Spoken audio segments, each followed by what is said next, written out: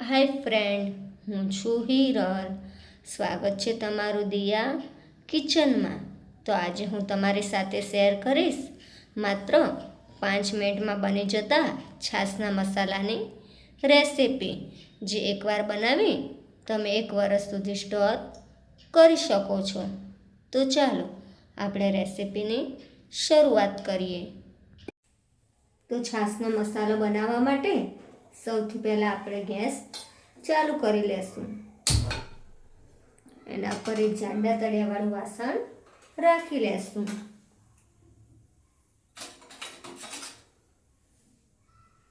એમાં આપણે 2 ચમચી છે તે આખા ધાણા એડ કરીશું.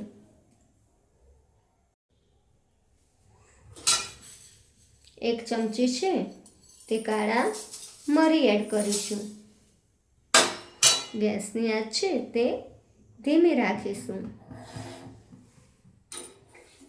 1 ચમચી છે તે વરિયાળી એડ કરીશું.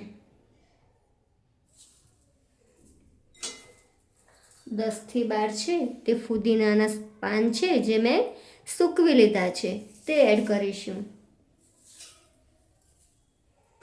15 થી 20 છે જે મીઠા લીમડાના પાન છે તેને પણ તડકામાં સૂકવી લીધા છે તે એડ કરીશું.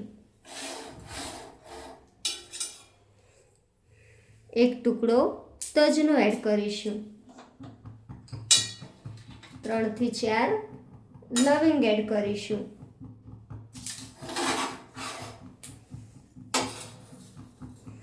અને 2 ચમચી છે તે આપણે જીરું એડ કરીશું.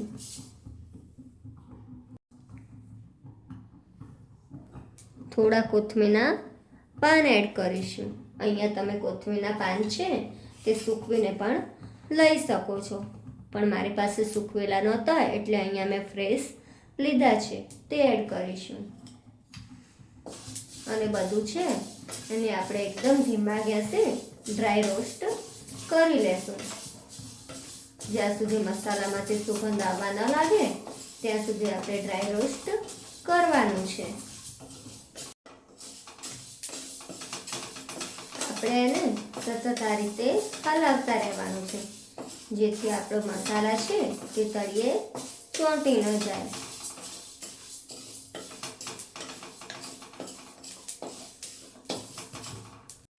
તો મસાલા આપણા ડ્રાય રોસ્ટ થઈ ગયા છે. તો હવે ગેસ બંધ કરી લેશું અને આ બધા મસાલા છે તેને આપણે એકદમ ઠંડા પડવા દેશું. જો આપણે ગરમમાં તેને મિક્સરમાં પીસીશું તો તેમાંથી વરાળ નીકળશે અને પાણી છૂટું પડશે. તો આપણો મસાલો છે તે થોડો ભેજવાળો બનશે. હવે આ મસાલા છે તેને આપણે એકદમ ઠંડા પડવા દેશું.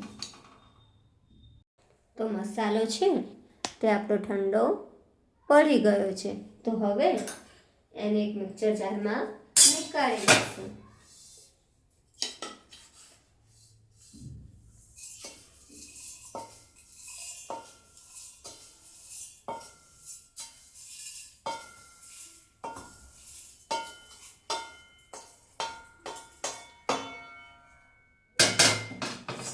મિક્સર જારમાં એડ કરી અને એમાં છે આપણે 2 ચમચી જે કાળું મીઠું આવે છે સિંધવ એ એડ કરીશું. તમે સાદું મીઠું એડ કરવું પણ તો કરી શકો છો, પણ આ મીઠાથી સ્વાદ સારો આવે છે. હવે આપણે આને મિક્સરમાં પીસી લેશું. છાશનો મસાલો છે તે આપણે મિક્સરમાં પીસી લીધો છે. તો તમે જોઈ શકો છો કે મસાલો છે તે આપણો પીસાઈને તૈયાર છે. તો તૈયાર છે આપણો છાશનો મસાલો, જેને તમે એરટાઈટ ડબ્બામાં 1 વર્ષ સુધી સ્ટોર કરી શકો છો.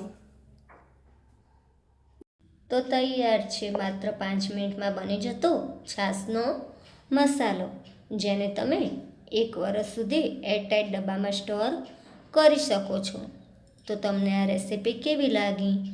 જો તમને ગમી હોય તો વિડીયોને લાઈક, શેર અને સબસ્ક્રાઈબ કરજો અને બાજુમાં રહેલી બેલ આઇકન ટિક કરજો, જેથી મારી રેસિપીના નવા વિડીયો તમારા સુધી પહોંચી શકે.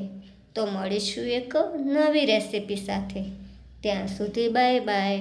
Thank you.